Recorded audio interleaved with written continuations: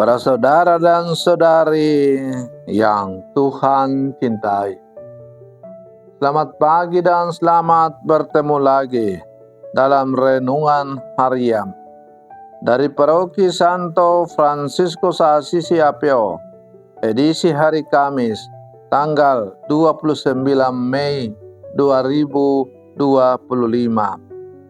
Hari ini, Gereja Semesta merayakan Hari Raya Kenaikan Tuhan.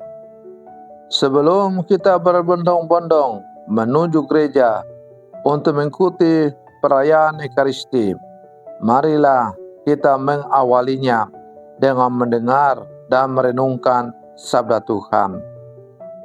Sebelum kita mendengar dan merenungkan sabda Tuhan, mari kita berdoa. Dalam nama Bapa dan Putra dan Roh Kudus. Amin. Allah yang Maha Kuasa, semoga kami bersorak-sorai karena sukacita yang suci dan dengan gembira mengucap syukur. Sebab dalam diri Kristus yang naik ke surga, kami ditinggikan. Dan sebagai anggota tubuhnya, kami pun berharap akan turut serta dalam kemuliaan Kristus, Kepala Gereja. Bersabdalah ya Tuhan, kami siap mendengarkan. Terpujilah Engkau Bapa, Putra dan Roh Kudus, kini dan sepanjang segala masa. Amin. Para saudara dan saudari yang Tuhan cintai, sabda Tuhan yang hendak kita dengar dan kita renungkan untuk mengawali hari yang baru ini diambil dari Injil Lukas pasal 24 ayat 46 sampai 53. Tuhan bersamamu. Inilah Injil suci menurut Lukas. Sesudah bangkit dari antara orang mati, Yesus menampakkan diri kepada para murid-Nya. Katanya kepada mereka, ada tertulis demikian, Mesias harus menderita dan bangkit dari antara orang mati pada hari yang ketiga.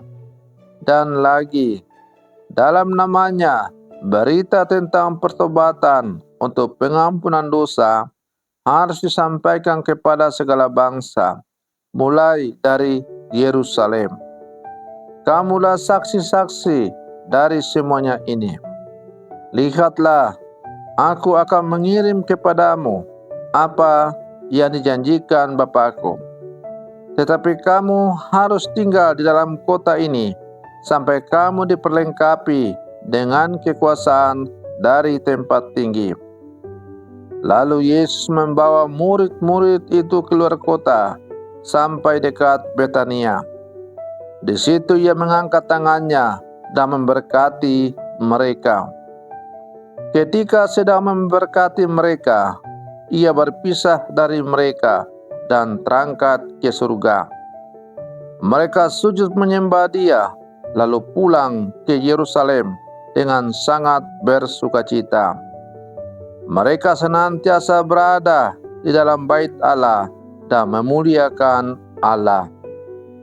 Demikianlah sabda Tuhan. Para saudara dan saudari yang Tuhan cintai, peristiwa kenaikan Yesus ke surga tidak dapat dilepaskan dari keseluruhan pengalaman kebangkitan. Bagi penginjil Lukas, peristiwa kenaikan Yesus bukanlah suatu perpisahan, melainkan penugasan sekaligus pelimpahan kuasa kepada para murid. Yesus naik ke surga tanpa dihalangi apapun, dan begitu pula seharusnya kesaksian para murid. Itulah sebabnya kenaikan Yesus membawa sukacita dalam diri para murid. Dalam Kisah Para Rasul, kata-kata malaikat membangunkan mereka supaya sadar dan melepaskan diri dari apapun yang menahan mereka untuk bersaksi di seluruh dunia.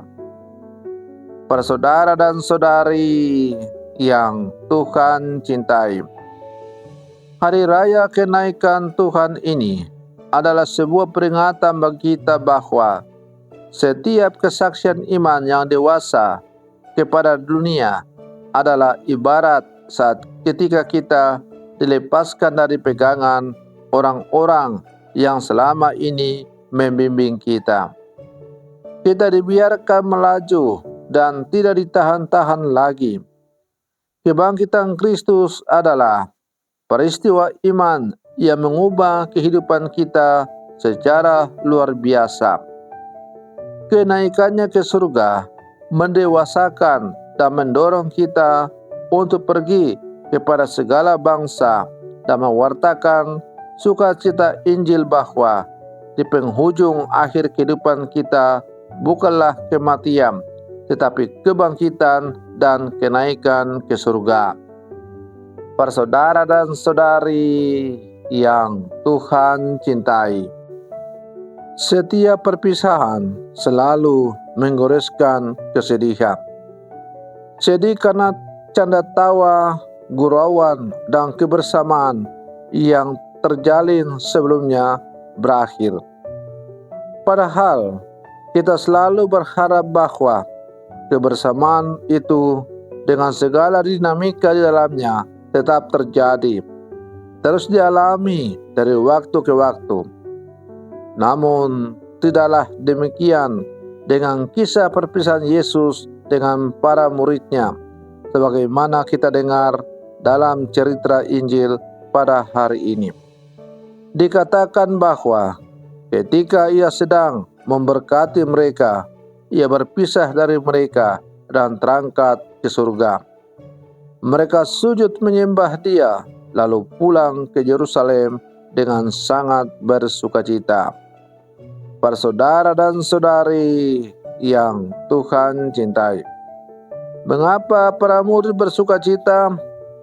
Karena Yesus menjanjikan roh penghibur yang kita rayakan nanti pada peristiwa Pentakosta.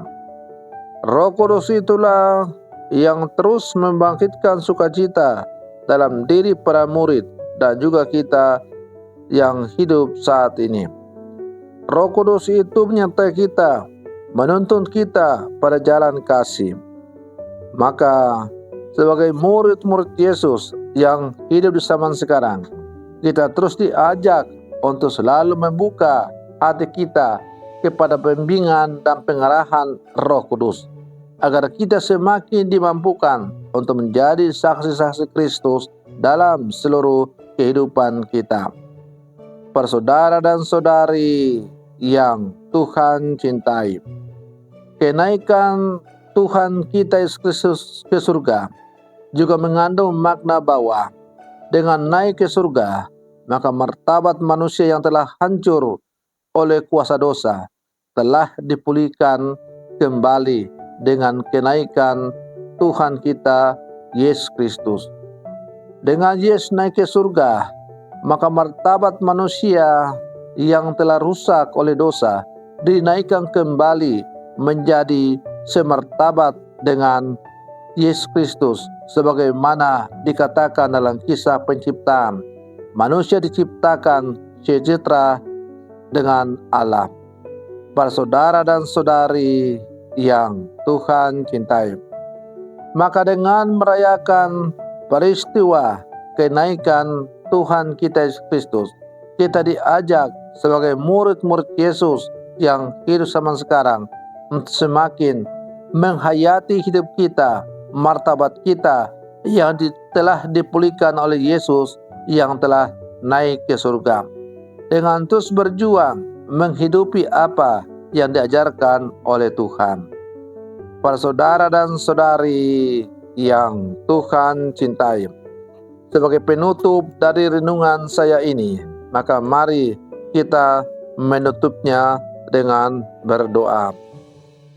Dalam nama Bapa dan Putra dan Roh Kudus. Amin. Allah Bapa yang Maha Kuasa, syukur dan limpah terima kasih karena dengan naik ke surga, Martabat kami sebagai putra-putrimu telah dipulihkan kembali oleh Sang Penyelamat kami, Tuhan kami, Yesus Kristus. Semoga kami semakin menjaga martabat kami yang telah dipulihkan oleh Kristus Tuhan kami dengan selalu hidup taat kepadamu. Terpujilah Engkau Bapa, Putra, dan Roh Kudus, kini dan sepanjang segala masa. Amin.